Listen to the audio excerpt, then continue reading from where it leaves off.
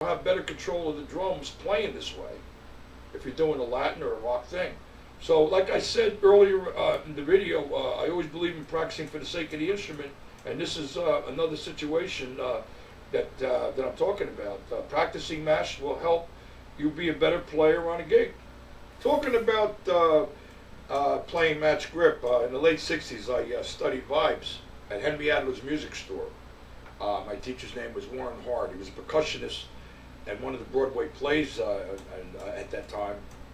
And the room I took lessons in, the next room Eddie Shaughnessy rented to practice his drums during the day. In those days, the Tonight Show was in New York. And it seemed like every time I took my lesson, Eddie was practicing.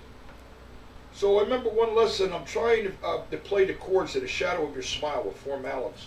And I'm trying to concentrate. Teacher's sitting back watching. And all of a sudden he makes a remark that's the truth. He goes, I don't know if you're paying more attention to that music or to Eddie. He goes, are you taking a drum lesson or a vibe lesson over here? I said, you know, I told myself, you know, it's the truth. He was playing so many nice things, so many great things. I'm saying, man, that was really. Let me go home and try that. No, wow, but that was a good idea. And I'm listening to Eddie instead of trying to practice my play the vibes. And you know, sometimes Warren would listen to it. He'd say that was a nice thing Eddie did. And we forget about the music. We're sitting there listening to Eddie Shaughnessy practicing.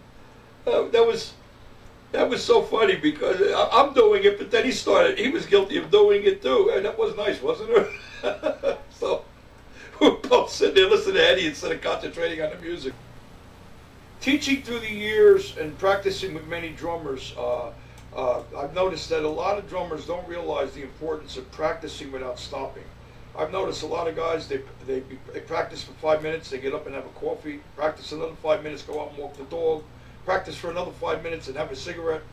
And they're constantly stopping, and they're not giving their muscles a chance to develop, because what they're doing is they're reaching a peak and then they're stopping.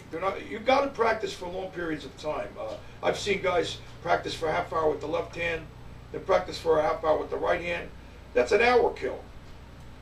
If you come down with both hands together in unison, you're saving a half hour practice time. Could be working on something else, and you're getting the same benefits. I believe that it's a great benefit if you have a drummometer, you put it on the whole 15 minutes and just play a relaxed single stroke roll, see what you come up with. If you do it correctly, I'll bet if you do another 15 minutes, you'll have a higher number without trying. And you could use the pedal and do 15 minutes and then continue without stopping and do another 15 minutes. That's a half hour without stopping. And remember what the numbers were for the first 15 minutes and see if you can get a higher number in the second 15 minutes. That's a half hour without stopping. Playing a single stroke roll, that would be a great development right there. So basically, I really think that more drummers should practice without stopping more, and you will see a much bigger difference in your progress.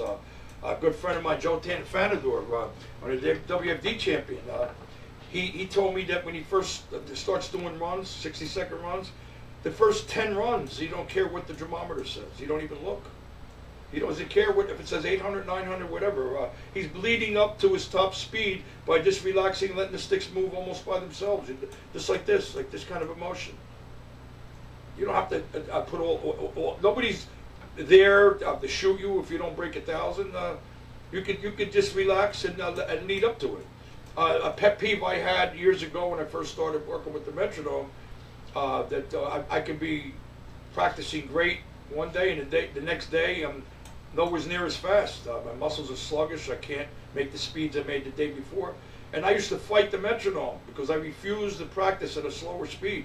Now with the digitals that are out, I cover the screen if I feel sluggish, and I just practice to whatever the tap button says.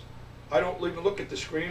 This way I don't have to know what number it says, and I don't get discouraged by saying, well, I was at such and such a number yesterday, now 5 notches, 5 strokes behind today.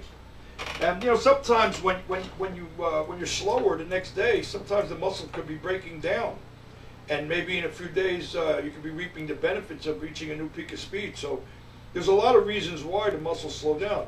You could be practicing with a hangover. I don't know, but whatever it is, You know,